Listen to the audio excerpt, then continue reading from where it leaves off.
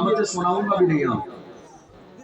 ہم لوگ قصے کہانی سناتے نہیں ہیں, مستی اور مذاق نہیں کرتے ممبر رسول پر, چونکہ یہ اس کام کے لیے نہیں ہے. یہ قوم کو یہ احساس دلانے کے لیے ممبر لگایا جاتا ہے کہ بحیثیت مسلم موجودہ دور میں آپ کی ذمہ داری کیا ہے. اور اگر یہی ذمہ داری آج ہر کلمہ پڑھنے والا محسوس کر لے تو جو دن ہمیں دیکھنے پڑ رہے ہیں نا وہ دن دیکھنے نہیں پڑے گا. آپ کو شاید اندازہ نہیں ہے جس رات میں آپ, یہ تو سید ملت کا فیضان ہے کہ انہوں نے خدمت اس انداز میں کی کہ علاقے کے پورے جوانوں نے زمانے کو بتا دیا 1000 بار دسمبر کی آخری رات آ جائے مگر میرا پور شریف کے جوان عیاشی کی دہلیز پہ قدم نہیں رکھیں گے, صاحب سجادہ کی دعوت پر خانقاہ کے عرس میں آ کے بیٹھیں گے اور زمانے کو یہ بتا دیں گے کہ محمد سے وفا تو نے تو ہم تیرے ہیں, یہ جہاں چیز ہے کیا لوح و قلم تیرے. ورنہ آج کی اس تاریخ میں کہاں ہے ہندوستان کے جوان؟ مجھ سے بہتر آپ کو اندازہ ہے. نیو ایئر کے نام پر جشن کا ماحول ہے ملک کے کونے کونے میں. نیو ایئر کے نام پر جشن کا ماحول ہے الگ الگ شہروں میں. نیو ایئر کے نام پر شراب کی بوتلیں ہیں ہمارے جوانوں کے ہاتھوں میں. نیو ایئر کے نام پر شراب کے گلاس ہمارے جوانوں کے ہاتھوں میں ہے. نیو ایئر کے نام پر زنا کی دہلیز پر قدم رکھ چکے ہیں جوان. نیو ایئر کے نام پر شباب و شباب کی دہلیز پر قدم رکھ دیا ہمارے جوانوں نے. نیو ایئر کے نام پر گناہ کی دہلیز پر قدم رکھ دیا ہمارے جوانوں نے. نیو ایئر کے نام پر نہ جانے کتنی بے گناہ بیٹیوں کی عزت تار کر دی جاتی ہے آج ہی کی رات میں. نہ جانے کتنے شہروں میں مسجد اور مدرسے کا لحاظ کیے بغیر روڈوں پر جا کر دیکھ لو جوانوں نے ڈی جے لگا دیے. پوری رات دسمبر کی سردی میں آخری رات میں 31 کے نام پر نیو ایئر کے نام پر جوان ناچ رہے ہیں, عیاشی کر رہے ہیں.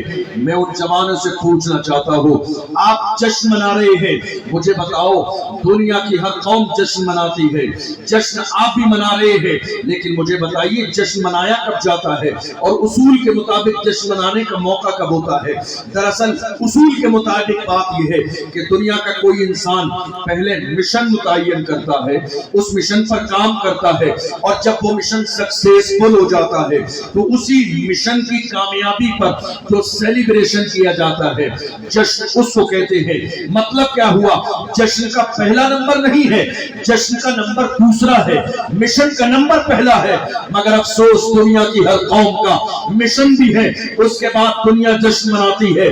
واحد قوم ہندوستان کی سرزمین پر قوم مسلم ہے جن کا مشن کوئی نہیں ہے, جشن ہم روزانہ مناتے ہیں. فکر کوئی نہیں ہے, جشن روزانہ مناتے ہیں.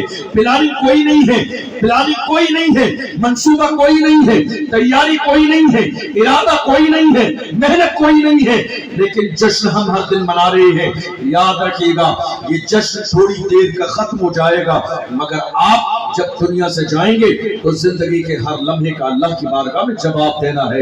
جشن منا رہے ہیں آج کی رات, گناہ کر رہے ہیں آج کی رات, شراب پی رہے ہیں آج کی رات, زنا کر رہے ہیں آج کی رات, اپنی جوانی کو زنا کی دہلیز پر آپ نے رکھ دیا. میں کہتا ہوں جوانوں کسی بھی دور میں ہماری جوانی ایسی نہیں تھی, ہماری جوانی کیسی تھی یہ کوئی آج کی نئی بات نہیں ہے.